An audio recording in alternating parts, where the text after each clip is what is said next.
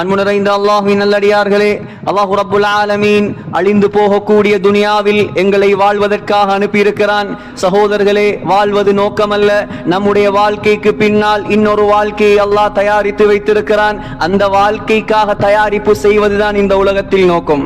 அந்த உலகத்தில் யாராலும் நிரந்தரமாக வாழ முடியாது. முஹம்மது ஸல்லல்லாஹு அலைஹி வஸல்லம் அவர்களை பார்த்து அல்லாஹ் குர்ஆனில் சொல்கிறான், வமா ஜஅல்னா லிபஷரின் மின் கப்லிகல் குல்த், உங்களுக்கு முன்னால் யாருக்கும் நான் நிரந்தரமான வாழ்க்கையை கொடுக்கவில்லை.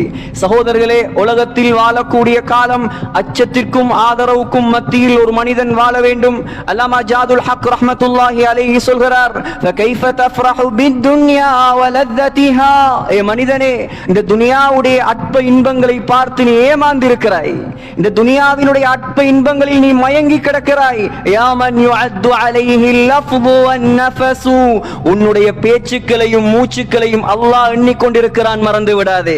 மா யல்ஃபிது மின் கௌலின் இல்லா லதைஹி ரகீபுன் அதீத், அல்லாஹ் சொல்கிறான், நீ மொழியக்கூடிய ஒரு வார்த்தையாக இருந்தாலும் நல்லதை மொழிந்தால் ரகீப் என்ற மலக்கு பதிவு செய்வார், அவர் வலக்கரத்தில் இருக்கிறார். பாவமான வார்த்தையை மொழிந்தால் அதீத் என்ற மலக்கு இருக்கிறார், அவர் இடக்கரத்தில் இருந்து உன்னுடைய வார்த்தைகளை பதிவு செய்வார்.